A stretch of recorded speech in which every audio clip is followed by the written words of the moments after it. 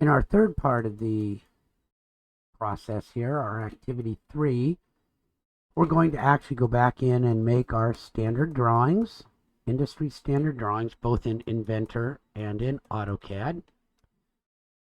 Our housing will be a new release. It'll be a new drawing because you haven't made it yet. And your gear drawings will need to be revised.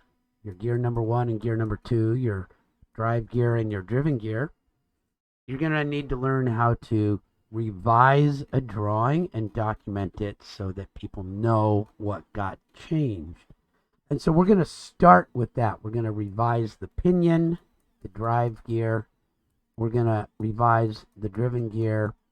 And then we're going to create the housing drawing. And remember, you're going to do that both in Inventor and in AutoCAD. I'm going to demonstrate the revision process on the pinion gear. It'll be up to you to follow that process on your own on the driven gear.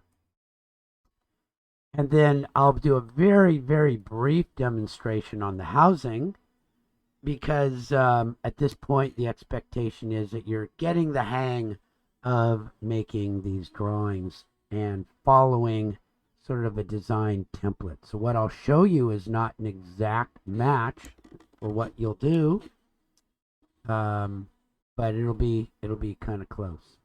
Okay, so there we go. That's what's up for our activity 3.